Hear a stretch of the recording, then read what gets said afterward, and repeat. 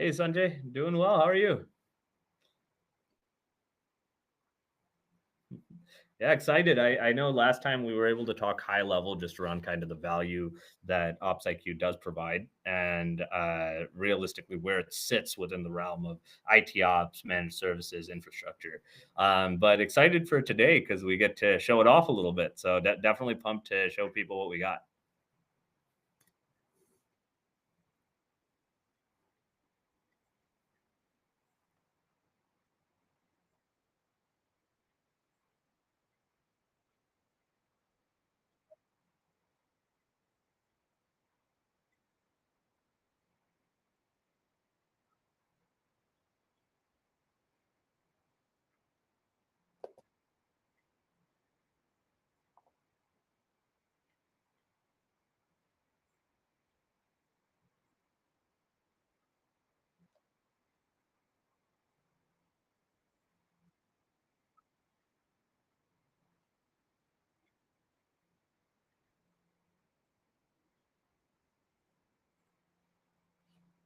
Yeah, no, absolutely right.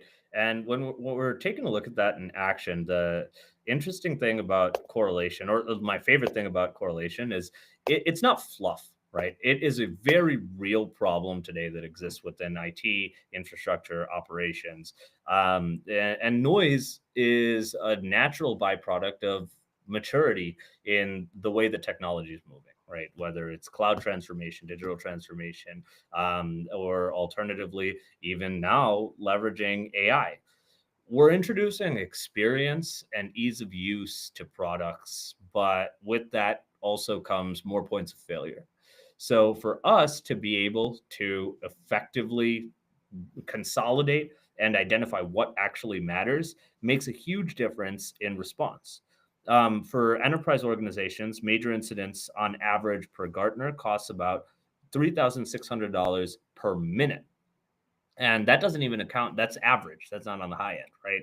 And even for small businesses, the reason that this matters is there, if you're a 2 3 man shop that's a managed service provider and you have a 24/7 SLA for P1s for certain VIP customers, or 24/7 operation for certain VIP customers, you got a 15 30 minute SLA realistically. So when something does happen that causes rather a flood of alerts or a storm, at that point, it's very, very critical for us to be able to consolidate them, because you're going to spend the first 10 minutes of your 15-minute SLA going through and identifying which ones are critical or which ones are possibly related and merging them. So here you can see within this uplink degradation alert, I've got 39 more alerts that were consolidated that came in within the same minute or were a few minutes apart. And the system intelligently determined, hey, we think all these are related, and consolidated it into the first one to make sure you should look at this. These are all the items that are related. The added benefit of leveraging this with AlertOps' existing bidirectional workflows is your ticketing system. A task that a tech would go through manually to click on, bundle, and or review, then click on, then bundle the tickets before they start resolution on the primary one, is now completely automated. AlertOps not only determines, hey, these things are related, but it can also create and bundle, or alternatively receive, existing records and bundle them on behalf of a responder. So saving time, identifying what the underlying issue is and bundling related ones, as well as offering a single pane of glass and automating that process in terms of consolidating it in downstream systems as well.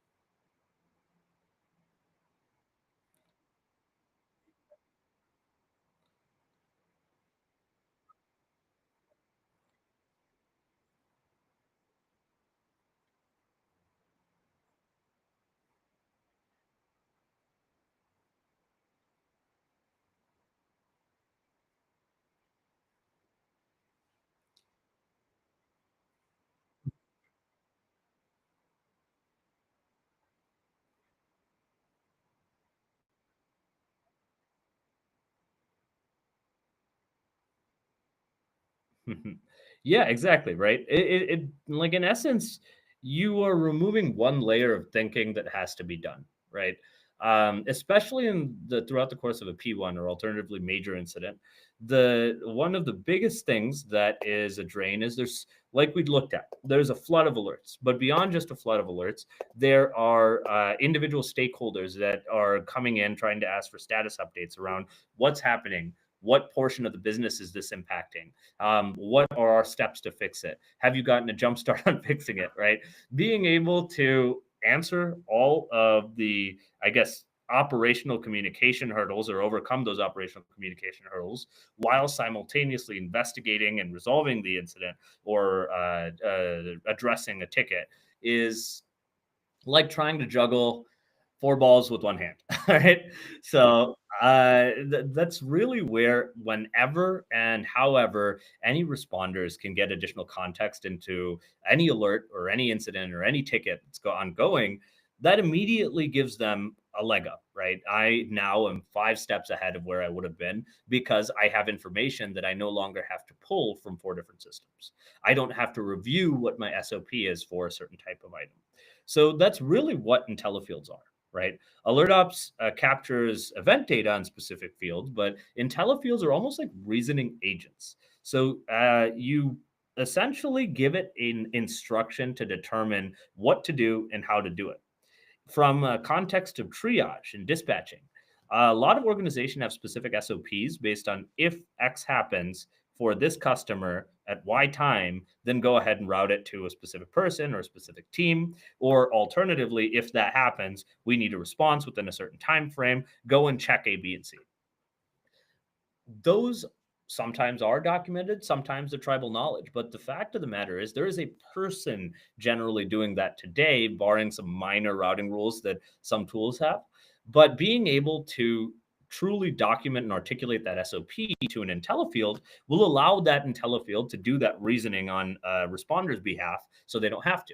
So, out of the box, I've got a few here, right?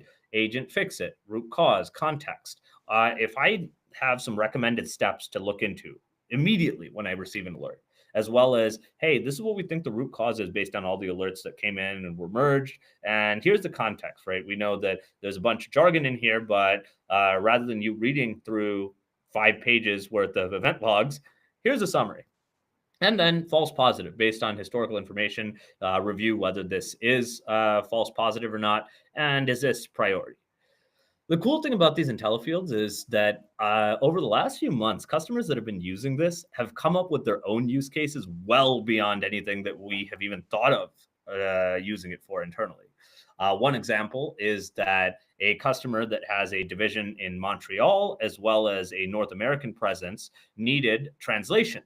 And they leveraged an IntelliField to say, translate all event message to stakeholders in French, and then attach that to AlertOps workflows to then send the French message out. There was a gentleman the other week who came up with a use case where he can dynamically generate API payloads. So the the creative the creativity behind this that I'm kind of seeing is awesome, and the possibilities truly do seem to be endless. But it's simple. Allow repeatable thinking to be handled by AI so that responders can more effectively focus on resolution. If in this case I have a type determination, which is break fix, if I don't have to update break fix by opening up my PSA and then clicking on something, that just saved me 30 seconds. Every incremental 30 seconds that we save substantially contributes to SLA compliance, reducing the amount of alert fatigue, as well as reducing the time to respond, right? MTTR as well as MTTA.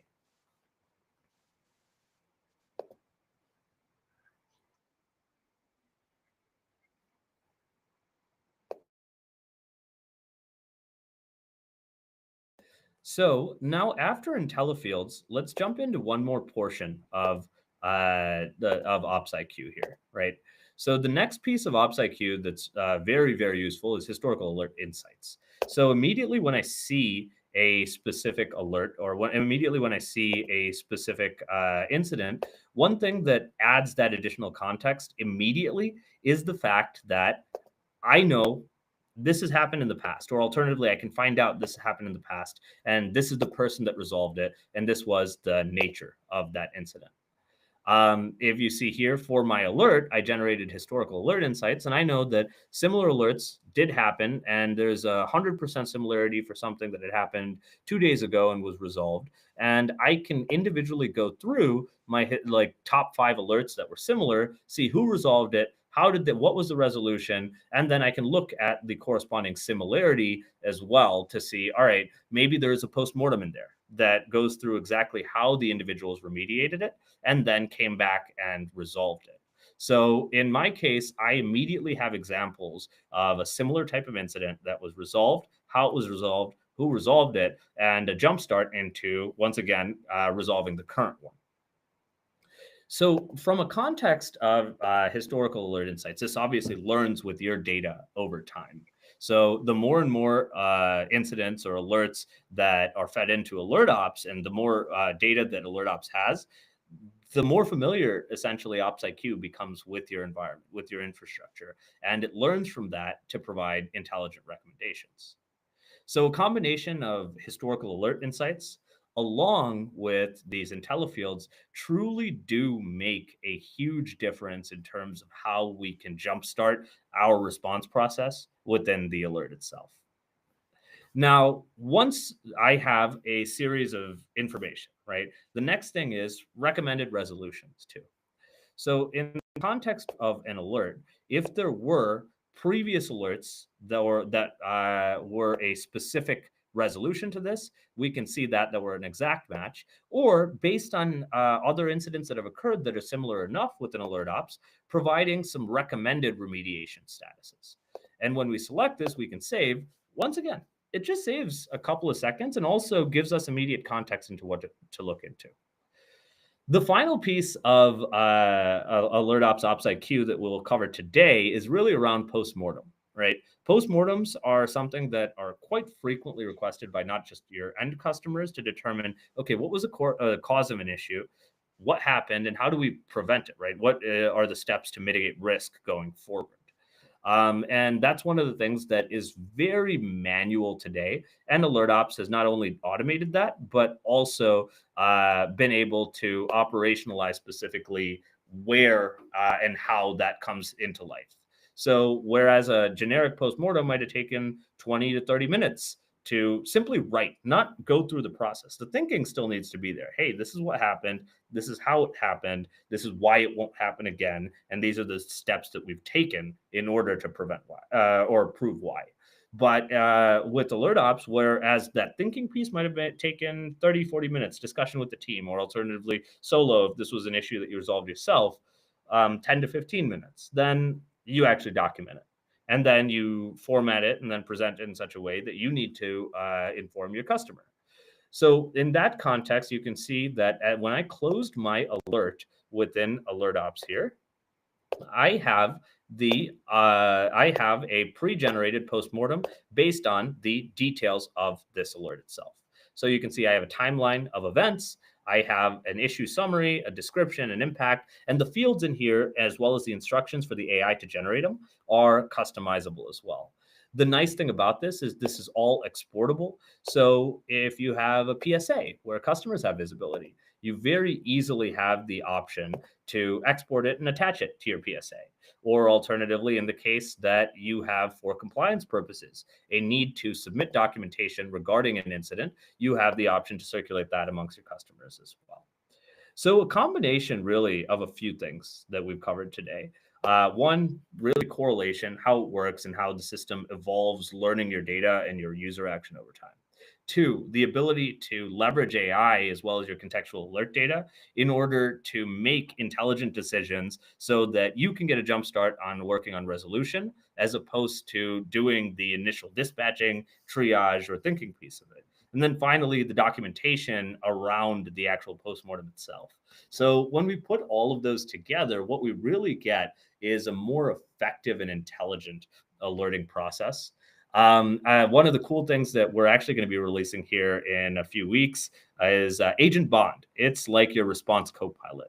Not only can it help you build out on-call schedules, escalation policies, integrations with your monitoring, your ticketing tools, but it will also allow you to ask questions about alerts. Why wasn't this responded to? Or what are the top 5 alerts that keep recurring? Are there any gaps in my coverage for my response team? So definitely stay tuned for Agent Bond coming soon.